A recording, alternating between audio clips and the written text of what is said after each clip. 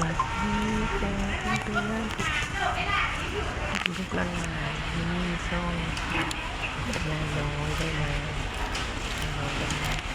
เลาะตลาดที่อาหารการกินนะยายอยากกินลาบซีนลองเอาไปซีนก่อนบได้กินด้วยใส่เม็ดทุกอย่าง กินจะอร่อยกินแบบบ่น้อย อยากใจนะเพื่อจะใส่ ที่ตลาดบกปูนี่ประเทศสปปลาวกินตะแซ่บขนาดเลย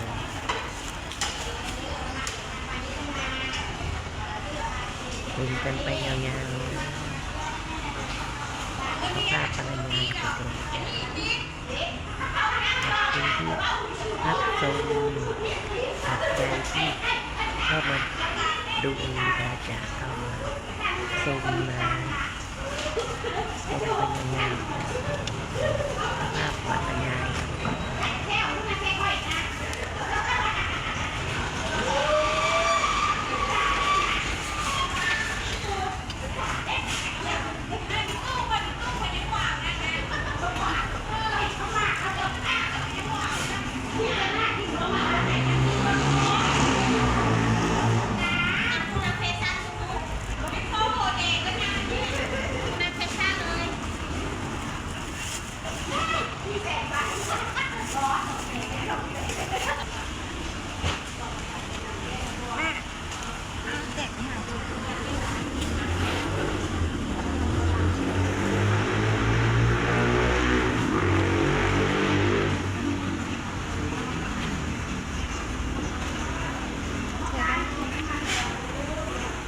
ชุกนั้นอ่ะ